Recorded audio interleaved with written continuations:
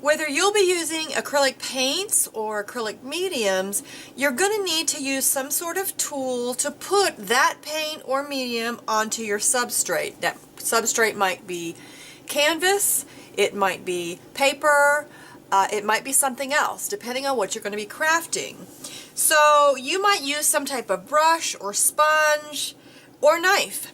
There's loads of different ways that we can put paint or medium onto a substrate. I have laid out not even all of the brushes that I have and own and other types of applicators, but let's go over a really quick look at different types of things you might have already in your stash that you could put paint or mediums onto a canvas or a paper. We usually think of brushes.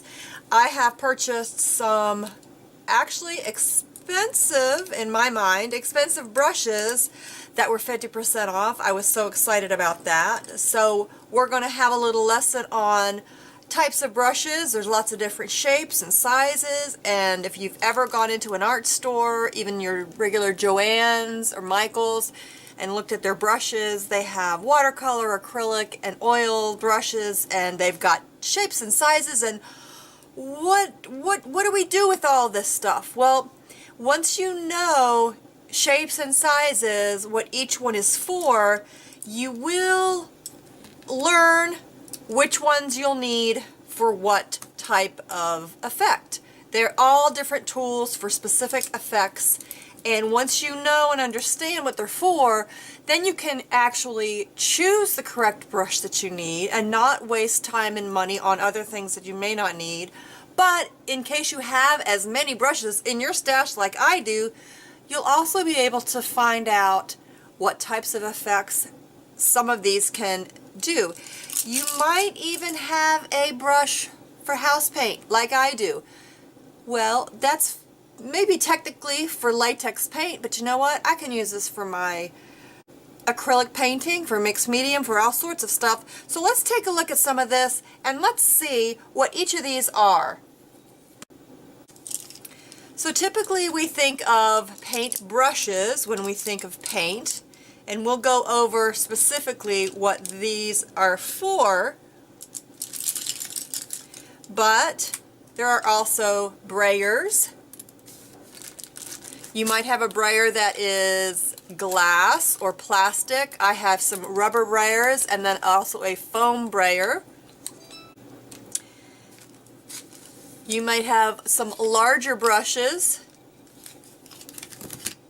I have a stippling brush, a really nice Japanese brush, some thinner straight brushes. But what about the water brushes?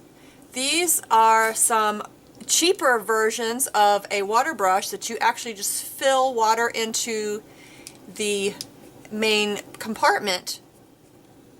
But did you know that you can put some of your stains, distress stains, inks, any of the sprays, and actually use them in your water brush? You can. You can actually even add a little bit of water or medium to your paint and add paint in there and actually paint with the paint inside the compartment. So that's really great. Any type of sponges you might have had. I've got some sea sponges that I used for techniques, many years ago. And then larger sponges that I cut into quarters, makeup sponges. And you can even use your regular household type sponges.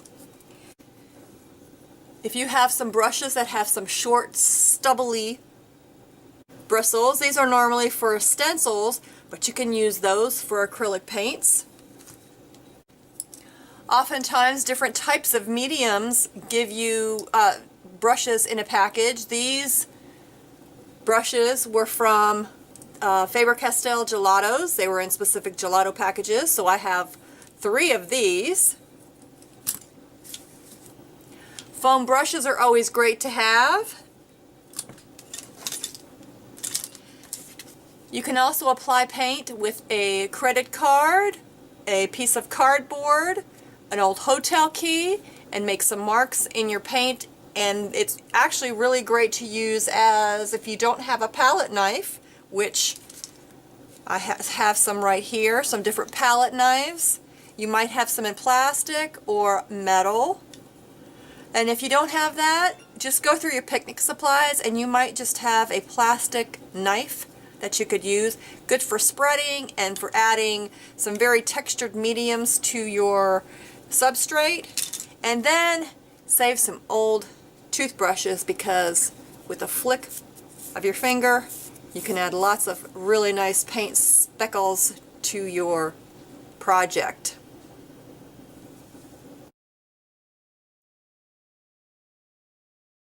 So these are just a few of the tools that I have and have quickly thought of that you are able to add paint and mediums to your canvas, your journal, your cards, whatever specific things you're working on. And one more thing, don't forget about your hands.